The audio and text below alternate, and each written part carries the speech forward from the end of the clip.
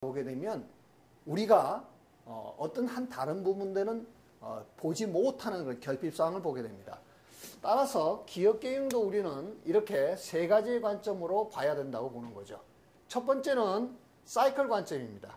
기업의 본질로부터 시작을 해서 내적 환경과 외적 환경 분석을 통해서 갭 분석을 하고 이 갭 분석을 통해서 전략을 수립하는 거죠. 그리고 이 전략을 통해서 액션 플래닝하고 이 액션 플래닝에 대한 액션을 실질적으로 우리가 이루어 나가는 거죠.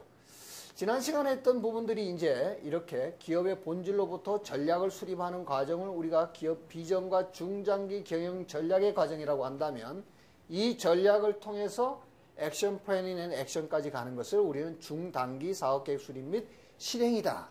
이런 관점으로 봤습니다. 특별히 제가 다른 부분과 달리 이 기업 본질로부터 전략을 이루는 이 매크로한 과정, 이것을 태양이라고 한다면 이 전략으로부터 실제로 실행하고 또 이것을 피드백하는 이 과정을 지구라고 했습니다.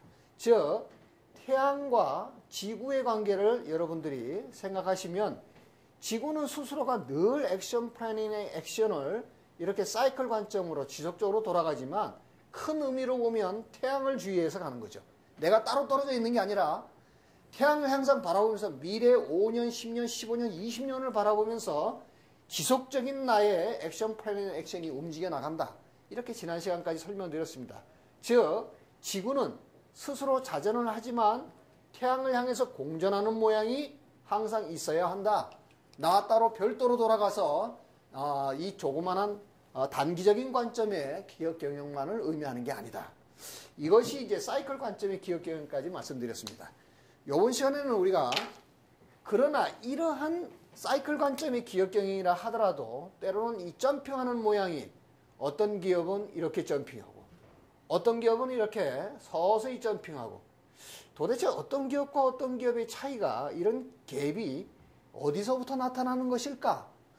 우리는 이제 이런 관점이 실제로 투자평가사, 즉 신규 사업계획 수립 및 사업 타당성 평가에 매우 중요한 포인트가 될 겁니다. 자, 누구나가 다 이런 사이클로 움직이지만 점핑하면서 성장하는 기업은 어떻게 성장하는 것인가? 이런 관점에서도 같이 생각해야 된다는 거죠. 우리 경영 분석할 때 수익성 분석을 하고 또 한편에서는 성장성 분석을 따로 하는 것은 비록 그 기업이 수익성은 있으되 수익성은 많으되 미래 성장 관점에서 얼마만한 이것이 점핑의 요소들을 가져다 주는 거냐 하는 것은 기업마다의 미래에 얼마만한 위치로 올라가느냐 하는 이런 관점에서 우리가 이해돼야 된다는 것이죠.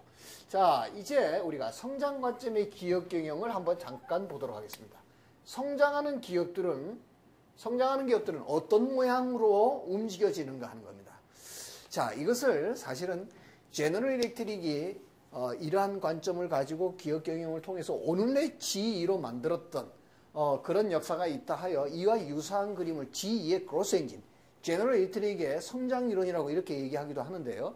실질적으로 우리가 이 내용을 보면 이거는 보스턴 컨설팅 그룹의 PPM이라고 하는 툴과 그리고 또 제가 조금 있다가 손익계산서와 대차 대조표를 통해서 같이 연관하여 설명을 드리고자 합니다. 즉 성장 관점의 기업 경영은 항상 이런 툴을 갖고 있다는 것이죠. 첫 번째는 뭐냐 하면 반드시 이 기업이 핵심 역량 중심으로 사업을 한다는 것입니다. 내가 가지고 있는 강한 어떤 하나의 부분, 이 부분을 중심으로 사업을 추진해 나간다는 거죠. 자, 핵심 역량 중심으로 사업을 추진해 나가되 이제는 좀 더 구체적으로 어떤 부분에다가 집중해서 어떤 전략으로 가져갈 것인가 하는 것이 이제 차이가 있는 겁니다. 자, 첫 번째는 뭐냐면 이 기업은 수익 사업이나 and or입니다. 전략 사업. 이 두 가지가 동시에 맞물리면 좋겠죠. 전략 사업이면서 수익 사업이면 더 좋을 거고 만약에 그렇지 않다면 수익 사업이거나 혹은 비록 돈은 지금 많이 못 벌지만 전략적 사업에다가 집중하라는 얘기입니다. 수익 사업이나 전략 사업 또는 수익 사업과 전략 사업에 포커싱 하라 이 말이죠. 포커싱해서 뭐 하라고요?